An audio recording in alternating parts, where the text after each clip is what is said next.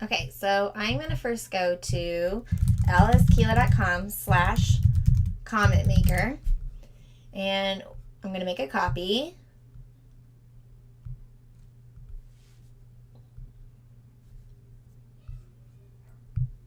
And I'm going to put in my roster of students.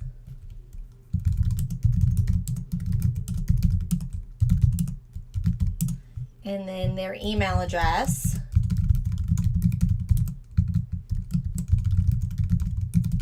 I'm going to be lazy and give every student the same email.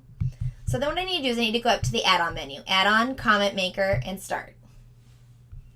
Authorize the app. Allow. And so this sidebar is going to come up over here. So the first thing I need to do, and I'm only going to do this one time, is get started. I'm going to make the spreadsheet. So I'm going to click that, and it's going to make a spreadsheet for every student on my list. So I want to name these. Unit 4 feedback for math class.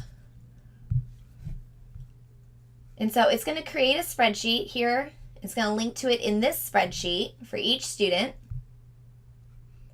If I widen up this, you can see that it says check comments Alice for the Unit 4 feedback for math class. Check comments Nancy, Unit 4 feedback for math class. Each student is going to get their own spreadsheet. And the spreadsheet is shared with that student. So if Alice clicks on Joe's link, it won't matter because Joe doesn't have access, or Alice doesn't have access to Joe's. So it's their only student to teacher. So you can actually share this list, although you do want to be a little bit careful, because what I'm going to do now is after I make the spreadsheets, I click Make Comments. When I click Make Comments, you'll notice that it's made a new tab down here at the bottom. And so I'm giving feedback on Unit 4 Worksheet 1. Please don't be giving worksheets. Okay? And so then it's going to go to that page, and it's going to bring in my list of students here on the left.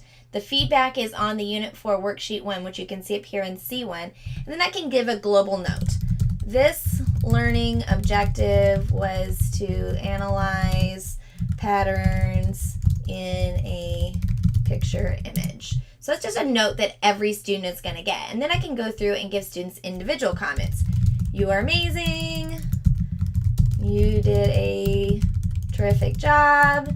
You need to look at patterns more closely. And I'll just make these rather generic. Oop, they all get good job. So after I give comments, I go ahead and click on Send Comments. So it sends the comments to the students' spreadsheets. So what you'll notice is when it's done, it's thinking about it, sending it. Comments are sent. Sends me back to the roster, because now I can click on any student's spreadsheet to see that feedback. So I can see that Ray got good job for the Unit 4 worksheet, and he's got the global note there. And then I can go click on Alice,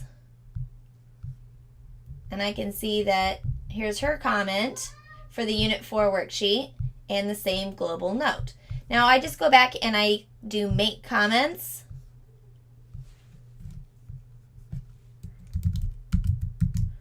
Okay, worksheet 2 is what I'm giving feedback on. So you see it says the feedback name. Again, I can put a global note. Your focus is on math. And then give them comments. Did great. You are awesome. If I could spell. Check for improvements. Whatever my comments are, because I'm lazy, and I'm going to then send comments. So it's going to take those comments and put it on the student's spreadsheet. So the comments are sent, and so now when I go look at Ray's, he should have 2 comments there, one for each one, and I can just keep doing this. I keep giving feedback on activities, and then it's going to send the comments to each of the students. Now there is this tab down here at the bottom called Reverse Comments, and it does the comments, newest ones at the top, so the students can see them oldest to newest or newest to oldest, depending on which tab they want to click on. And my 3-year-old is not happy right now. Now, I have one more button that says send email, and that should send an email notification to each student that they have comments and feedback. So when I click send email, it's just going to go ahead and send out a bunch of Gmails to everybody. Emails are sent. And it just links them back to their spreadsheet. So it's not sending them the comments, it's sending them this hyperlink to their feedback so they can check it quickly. If they don't have email, then they just go to Google Drive and they click on recent, and they should be able to see this check comments spreadsheet right there in Google Drive. It should be up at the top if you've left comments recently because it's been recently edited.